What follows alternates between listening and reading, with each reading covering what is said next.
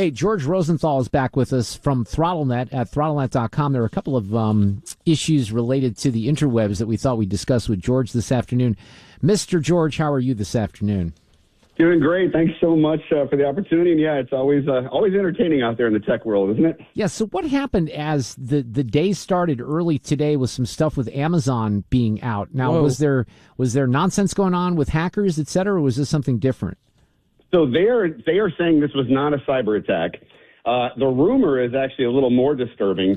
Because, well, not on an evil level, but it's more disturbing on a human error level. The rumor, again, this is a rumor. I don't want Amazon coming after me, but this is a rumor that someone used AI to write code, software code, did not proof it, did not check it, loaded the code and crashed a set of servers, which then had a domino effect and crashed a major part of their cloud. Oh.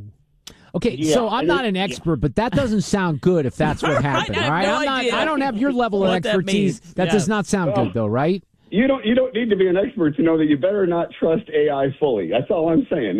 Even in your day-to-day work life, please check the work of AI before you submit it as your actual work.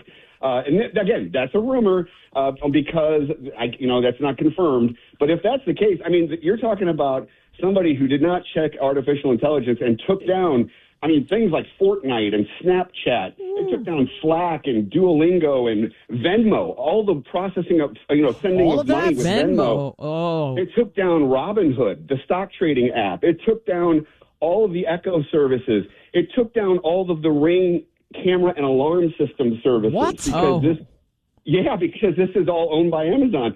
And here's the thing. Look, there's only a handful of cloud providers like Google, Amazon, IBM, you've got Oracle. There's a handful of major companies with huge data centers that are handling all of these large applications, these large businesses. And the problem is if you put all your eggs in one basket and that basket goes away, your business is out. So, dang. It affected a massive amount of large companies. All right, so then what happened to get people back online? Yes. So, again, the exact thing is that I don't think they're fully back because my home alarm system's not working, so I will be staying home tonight. Can you give me your address in case I'm interested in looting, George, by any chance? Oh, my gosh. I'll be staying home tonight because my ring's down still, so, yeah. But once they're getting it back up, it was only down totally for a few hours this morning, and they're slowly getting things back up and running. But again, it's a matter of human error and too much trust in artificial intelligence at this point. Wow. Yeah, that's nuts. Now, let me ask you a question, because these things have been in the news lately. In St. Charles County, they had one that was proposed, got shot down. These data centers that are more and more necessary because of AI in particular.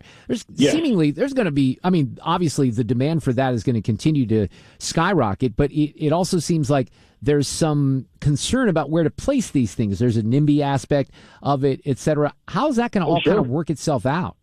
Well, what's wild is you think about these massive data centers with 100 acres plus of a building, but it doesn't take as many people to operate. Yeah, there's a lot of jobs to build them, but to operate them doesn't take a lot of people. What you need is electricity. You need massive amounts of electricity.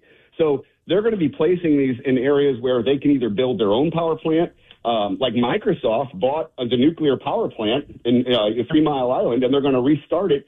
They're going to own the power plant, right. Microsoft is, and then they're going to resell overspill to the state. I love that. We have that. That's brilliant. It is brilliant. That's the biggest problem right now is electricity. And, if you think about adding 100 million electric cars on the grid, then you throw in these data centers, you need massive amounts of electricity to operate all this. And that's really why they're picking certain geographic areas. Also, in regions of the country, middle of the country is a really good place to be. There's not a lot of hurricanes out here in Missouri.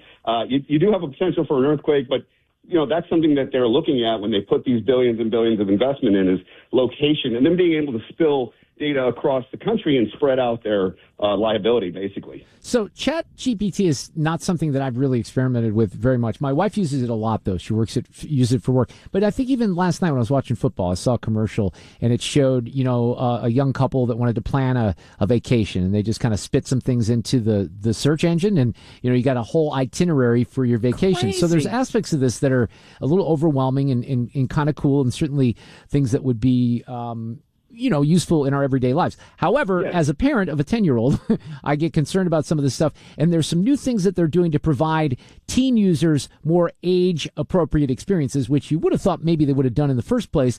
But is that potentially something that is going to work? Yeah, I hope so. I really do. Because remember last time we were we were talking about that poor kid who killed himself.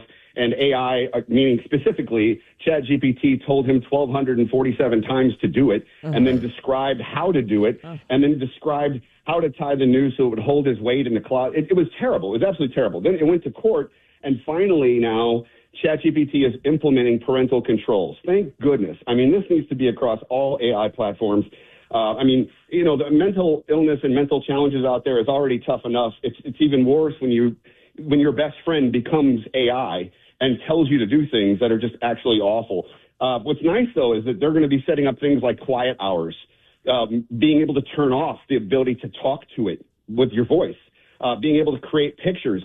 A lot of these teenagers are getting into big trouble because they're using AI to create images and do damage to their friends or their ex-friends at school.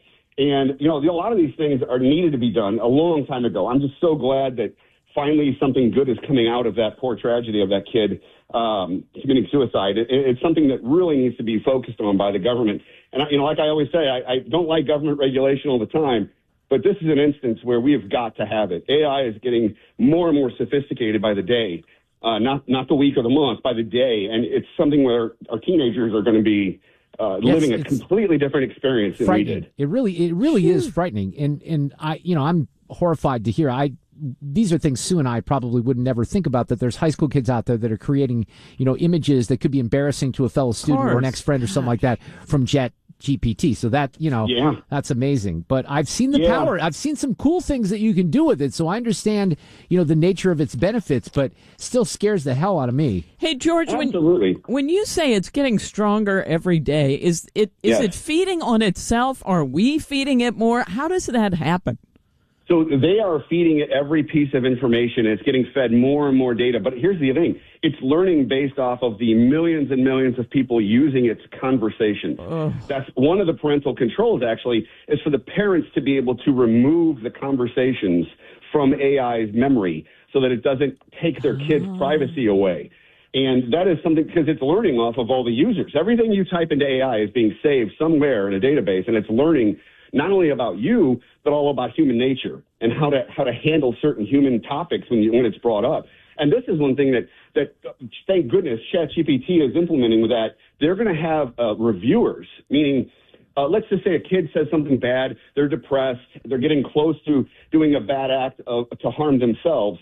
ChatGPT will alert a person at ChatGPT, and then they will contact the parent directly through text messages, emails, and phone calls, which is fantastic. So, wow. They are really taking this seriously, and thank goodness they are going to take it this seriously. But AI is learning off of everything we do on a daily basis. So it's growing and growing and growing. And like I said, Sam Altman, CEO of OpenAI, even said we're only a few years away from artificial general intelligence, and AGI is when it becomes smarter than any human that's ever lived. So that's why, and I remember talking to you when 60 Minutes did that story, and I have my own questions about the veracity of the journalism on 60 Minutes. We've made that very clear. But when they did that story, I think it goes back a year and a half, 2 years ago, about AI and concerns about it basically taking over, I took that very seriously. And look, some members of Congress have talked about this and focused on it. I hope this administration is looking at it, because there are some serious challenges in the future to how this is going to all integrate with our lives, hopefully in a more positive way, but there's some scary stuff out there as well. It really is. It's absolutely unbelievable how fast it's going. There's some amazing things, though, if you use it on the daily. And I would encourage you to use either OpenAI or Grok, which is Elon Musk's version. It's X version called Grok. It's really, really wild what it can do, and helping you with everything from just research on the internet, answering certain questions, trip planning, like you said, creating pictures. I don't know if you've seen some of the songs, and I'll text you some of these. Some of the songs that they've taken that artists have obviously, written and sung over the years and turned them into something totally different in a genre. For example, like a Tupac song, they turn into a 1950s soul band, and it's dynamite. Okay, send me those. So I want to see some of that stuff. Those. Right? Yeah. Look it up on YouTube. For those of you out there listening, you can look up AI generated. It's I believe it's just type in soul, SOUL music AI, and some of the music is just dynamite. So yes, there's a lot of positives with AI. But there's some negatives, like all human nature is going to find out. The key is making sure these teenagers can't circumvent these measures that are being put in place. They'll figure it out. Let's face it. I'm sure they will. Yeah. Look, I guess maybe, and I love technology, and I love to use new technology, but I think this is certainly an area that's been very well established, so I'm intimidated by it, right? Yeah. And, it scares me a little bit, but I see my wife using it all the time, and it simplifies, a lot of the things that she does in her work, so I know the positives of it as well. Absolutely, yeah. And what's wild is when you tie it into your home, you walk into your house and you greet it like a person that's been at your house all day long. Starts turning on lights. You tell it what turn on the TV and change the lighting in the room to this. And this is all stuff you can get at Best Buy, and then have AI control all of it. It's going to impact our lives in such a wild way. Driving your car.